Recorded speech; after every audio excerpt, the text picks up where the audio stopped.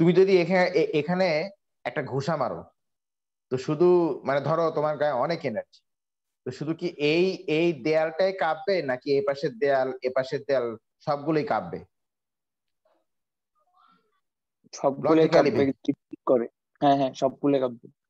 তার মানে তুমি যে ফোর্সটা দিছো সেই ফোর্সটা হচ্ছে এই দেয়ালে এই দেয়ালে এই দেয়ালে 3 দেয়ালে ভাগ হয়ে গেছে নাকি? হুম। হুম। তাহলে ওর যে স্পিডটা, এই পার্টিকেলের যে স্পিড সি,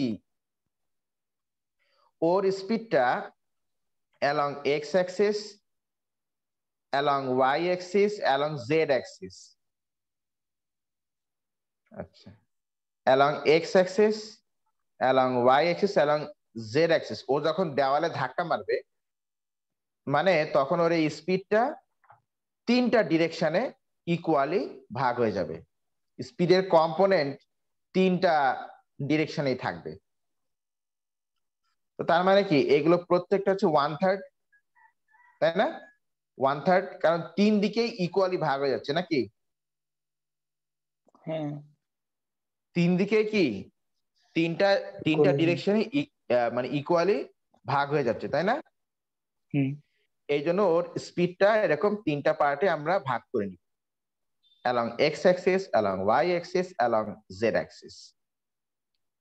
আচ্ছা, তাই এখানে আমরা যদি বলি যে ওর ওভারঅল স্পিড হচ্ছে সি স্কোয়ার, তাহলে একটা সার্টেন এক্সিসে ওর স্পিড আরএমএস স্পিড হচ্ছে এরকম একটা সার্টেন এক্সিস।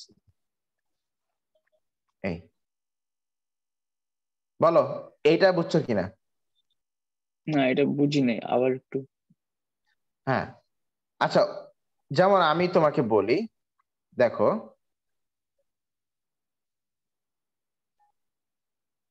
ধরো একটা পার্টিকেল এসে এখানে ধাক্কা মারলো, কি ঠিক আছে কিনা? হ্যাঁ। তো এখানে ধাক্কা মারলো মানে ওর স্পিড হচ্ছে এইদিকে, তাই না? হুম। কিন্তু ওর যে স্পিড তুমি দেখো তো, ওর ওর কিন্তু মুভমেন্ট ছিল এরকম।